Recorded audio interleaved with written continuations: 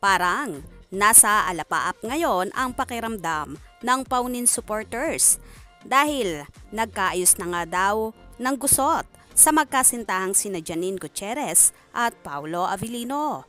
Sobra-sobra nga ang naging pagbubunyi ng kanilang tagahanga sa kanilang nakita at nasaksihan. May ilang fanay na nagsasabi na talaga nga lang daw ang gusto ng Paunin ay maging pribado ang kanilang relasyon. Kaya naman, ibigay na natin ito sa kanila.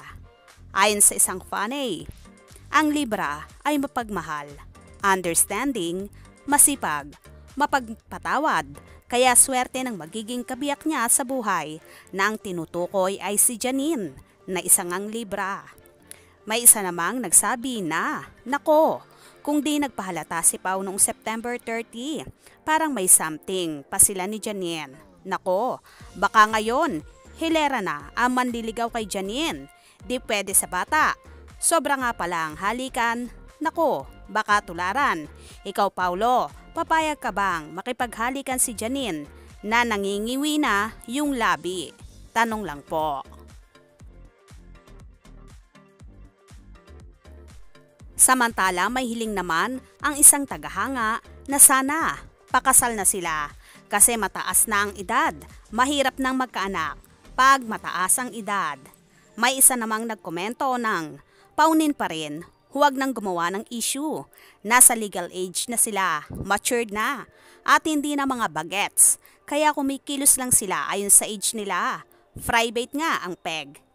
So, ibigay na lang natin ito sa kanila.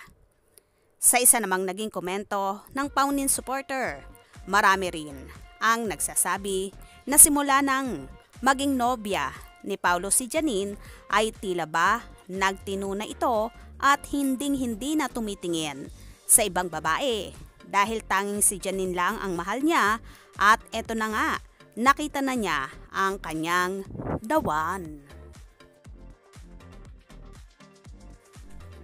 Kaya naman, for sure, hindi na pakakawala ni Paulo si Nini hanggang sa huli at paniguradong sa kasalan na rin mauuwi ang lahat. Kaya naman tumutok at wag na wag bibitiw sa mga maiinit na kaganapan especially sa Paunin updates. Mga ka-scoop, anong inyong magiging reaction sa bidyong ito? Comment below.